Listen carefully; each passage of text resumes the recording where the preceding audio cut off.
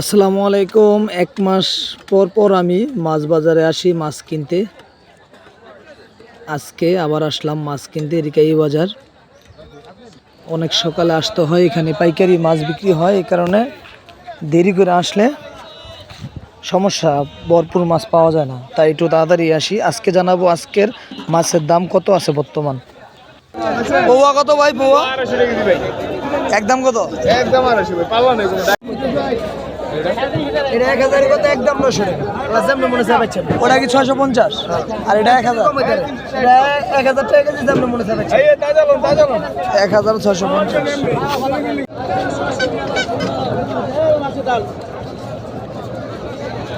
Tilapia কত করে ভাই? 200। এগুলো হলো পাবদা মাছ, তো 300 টাকা দাম চাইলো, কিন্তু আমি 280 টাকায় নিলাম। খুব ভালো, বর্তমানে একটু কম। সিলভার কাপ 200 টাকা কেজি। পাঙ্কাশ 160 টাকা কেজি, পাঙ্কাশ মাছ। সুরমা মাছ 340 টাকা দাম চাইছে, কিন্তু আমি 300 টাকায় নিলাম। এগুলো একটু বড় সাইজের রুই মাছ, এগুলো প্রাইস 450 টাকা, একটু মিডিয়াম সাইজটা 350 টাকা। আপনি বাজারে আসলে সব ধরনের মাছ পেয়ে যাবেন, এখানে ভালো ভালো চিংড়িও আছে, তবে একটু দাম বেশি চায়, আপনি একটু মূলায়া কমাই নেবেন।